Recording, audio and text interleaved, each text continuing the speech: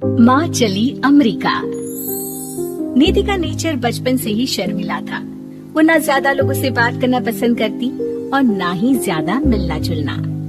निधि, ये पैसे ले जरा और बाजार से चीनी तो ले आ। नहीं माँ, मैं नहीं जाऊंगी, मुझे शर्म आती है, आप ही चले जाओ ना।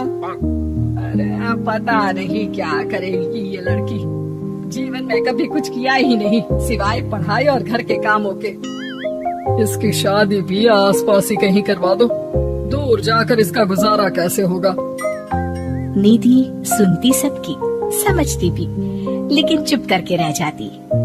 एक दिन पिता के दोस्त अपने परिवार के साथ निधि के घर खाने पर आते हैं। उनकी बेटी बहुत ही स्मार्ट होती है। निधि बेटा, वीणा के साथ बात करो। देखो, अंकल की बेटी भी आई है उनके साथ। निधि वीणा के साथ वहीं बैठ जाती है। चलो ना अंदर चलते हैं, यहाँ कहाँ बड़े लोगों के बीच बैठे। निधि माँ की तरफ देखती है और अंदर चली जाती है। वैसे मैंने ना अपना चैनल खोला है, तुम सब्सक्राइब करना उसमें। मैं ना ब्यूटी और फैशन की बात करती हूँ। ये देखो। इतने सारे लोगों के सामने तुम कैसे इतना बोल लेती हो? मुझे तो बहुत शर्म आती है। अरे शर्म कैसी? खैर, सीधी सादी सी निधि। उसकी शादी हो जाती है राकेश से। राकेश एक स्मार्ट लड़का था, उसे घूमना फिरना पसंद था, लेकिन निधि का शर्मिला व्यवहार वो समझ जाता है। अरे निधि, घर से बाहर क्यों नहीं निकलती? लोगों से मिला जुला करो, तभी तो पता चलेगा ना कि दुनिया कैसी है। क्या करना है पता करके? शादी से पहले पापा और अब आप। ठीक है ना, मुझे ज्यादा दुनियादारी में नहीं पड़ना। निधि की जिंदगी ठीक ठाक चल रही थी। उसके 2 लड़के होते हैं, दोनों को वो पढ़ाती लिखाती, उनका ख्याल रखती। निधि, 25 साल हो गए शादी को, दोनों बच्चे सेटल हैं। हम लोगों ने शहर में 2 मकान भी ले लिए। दोनों की शादी खुद का पता ही नहीं चला कैसे उड़ गया। हाँ, ये तो है। मैं खुश हूँ, जिम्मेदारियाँ आती रही, मैं निभाती रही, और क्या चाहिए। देखो, मैंने सोचा है कि अब हम लोग अमेरिका जाकर रहेंगे। यहाँ की जिंदगी तो जी ली। वैसे मुझे वहाँ बहुत अच्छी नौकरी मिल रही है। मैं कैसे चलूंगी? मुझे वहाँ का कुछ नहीं पता। अब तो जानते हैं ना कि मैं घर से बाहर ही कम निकलती हूँ। अरे तो क्या हुआ, वहाँ भी घर में ही रहना है ना, मैं हूँ ना, नौकरी करूँगा। निधि मान जाती है और पति के साथ अमेरिका चली जाती है। वाह, तुम्हारी बहू को बच्चा होने वाला है, तो क्या तुम 2 महीने के लिए यहाँ आ सकती हो? मुझे तुम्हारी बहुत जरूरत है, मैं टिकट भेज देता हूँ। हाँ हाँ, ये तो बहुत खुशी की बात है। मेरा भी मन सबसे मिलने का कर रहा था, पर क्या माँ पर? अब मैं आऊंगी कैसे? पापा से बात करती हूँ। देखो माँ, प्लीज बहाना मत बनाना। तुम जानती हो ना, इस वक्त में मैं किसी पर भरोसा नहीं कर सकता हूँ। निधि पति को सारी बात बताती है।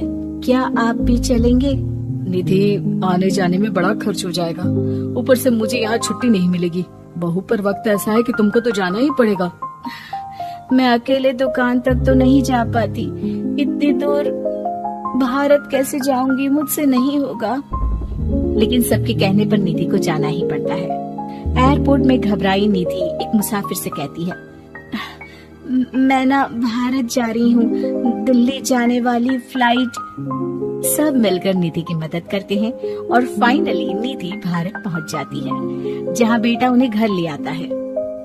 वाह माँ जी, यहाँ तो मैं भोपाल तक नहीं जा पाती, आप अमेरिका से आ गई। भाई चालाकी तो औरतों में होनी ही चाहिए, यहाँ हम बुद्धू के बुद्धू रह गए। निधि इतनी दूर और लंबा सफर करके थक जाती है। वो चुपचाप बैठ जाती है। बैठना नहीं है माँ जी, बच्चा पकड़ना है, ये लीजिए। और हाँ, घर का काम तो मैं करूँगी नहीं, जानती है ना शरीर कच्चा सा है, तो मुन्ने को सुलाकर कुछ बना लीजिएगा। निधि को बहू का व्यवहार बहुत बुरा लगता है। जैसी भी थी, पिता और पति की हमेशा लाडली रही थी निधि। निधि बेटी की तरफ देखती है। माँ, वो काम वाली कोई मिल नहीं रही है ना, मैं देखने की कोशिश तो कर रहा हूँ। जैसे ही मिल जाएगी वो संभालेगी सारा काम। अरे कैसी बात कर रहे हो? जब पहले मैंने कहा था कि अमेरिका से इनके टिकट में जो पैसा खर्च कर रहे हो उतने में नौकरानी रख लो, तो नहीं, मेरी बात पर विश्वास नहीं था। कि ना ना कोई मेरे बच्चे को अच्छे से नहीं संभालेगा। अब इनका भी खर्चा और नौकरानी का भी खर्चा। अरे ना जी ना, मैं नहीं संभाल सकती। निधि जैसे तैसे 2 महीने रहकर वापस अमेरिका चली जाती है, लेकिन वहाँ जाते ही जैसे राकेश उसे देखता है उसके गले लग जाता है। ये क्या हालत बना रखी है निधि, कैसी लग रही हो? खाना नहीं खाती थी क्या? क्या हो गया? निधि पति से कुछ नहीं कहती, बस रोती ही चली जाती है। मैं नहीं चाहूंगी कभी भी भारत, आप मुझे हमेशा यहीं रखना अपने पास। राकेश बेटे को फोन करता है। तुम्हारी माँ की जो दुर्दशा करके तुमने भेजा है ना, मुझे पता होता तो मैं अपनी बीवी को कभी तुम्हारे पास नहीं भेजता। पापा, आप तो रीना का नेचर जानते हैं ना, माँ पर हावी रहती थी। अब मैं तो ऑफिस चला जाता था, वो माँ पर जुल्म करती है और माँ भी इतनी सीधी है कि चुपचाप सहती रही। मुझे माफ कर दीजिए पिताजी। खैर, राकेश कहता भी क्या, प्यार दुलार के साथ अपनी निधि को संभालने में लग जाता है। लेकिन कहते ना, वक्त हमेशा एक सा नहीं रहता। अमेरिका में ही राकेश की मृत्यु हो जाती है और निधि अकेली रह जाती है। बड़ा बेटा कहता है, माँ भारत चलो ना, हम लोग साथ रहेंगे। निधि को जैसे ही वो सब सीन्स याद आते हैं वो परेशान हो जाती है। समझ में नहीं आता कि पति के बिना अब जीवन कैसे चलाएगी। मैंने सारा जीवन घर का काम किया, घर देखा और जिंदगी चलाई, लेकिन जिस घर में रही सबने प्यार दिया, मैं वहाँ नहीं जाना चाहती। तभी राकेश जिस कंपनी में काम करता था उसका मालिक निधि के घर आता है। वो भी भारतीय ही होता है। दीदी, राकेश ने आपके बारे में बताया था। जब से आप भारत से लौटी थी उसे आपकी बहुत चिंता रहती थी, इसलिए उसने मुझसे कहा था कि कभी अगर वो ना रहे तो मैं आपको ये पैसे दे दूं। और हाँ, हम लोगों की कंपनी में आपके लिए नौकरी भी है।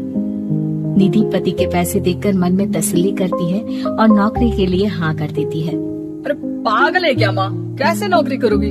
ये अमेरिका है, दिल्ली नहीं। वहाँ तो तुम घर से निकल भी नहीं पाती थी, यहाँ कैसे? मेरे पति, मेरे पिता मुझे खुश देखना चाहते थे। वो लोग जब तक थे मुझे किसी चीज के लिए ना फोर्स किया, ना कभी कमी होने दी। पर अब मुझे जीवन जीने के लिए घर से निकलना ही होगा।